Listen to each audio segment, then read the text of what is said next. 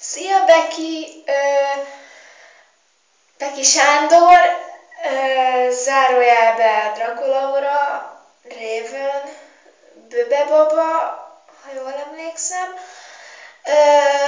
Csak azt akartam mondani, hogy ez lenne az a ajándék, ez a videó.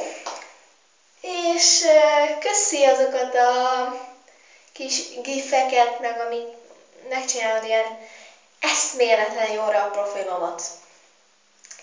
Csak gondolom, mit akartam még mondani?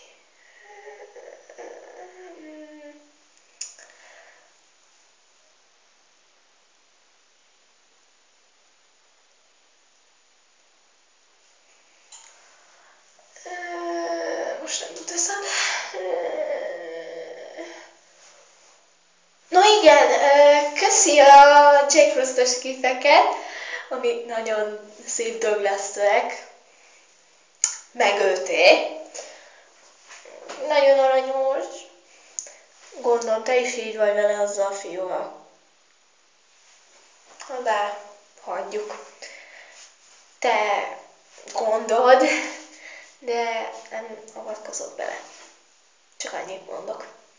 Úgyhogy csak ezt akartam mondani. No igen, és még plusz még azt akartam mondani, hogy aranyos vagy, szép is,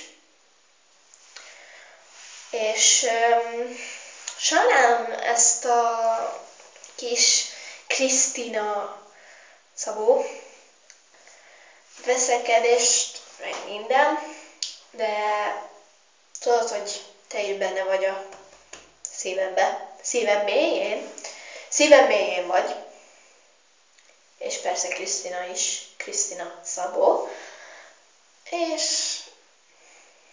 de attól még barátnőm vagy, ezt jegyezd meg. És higgyél bennem, itt leszek benned. Csak ezt akartam volna mondani, úgyhogy szia Beki!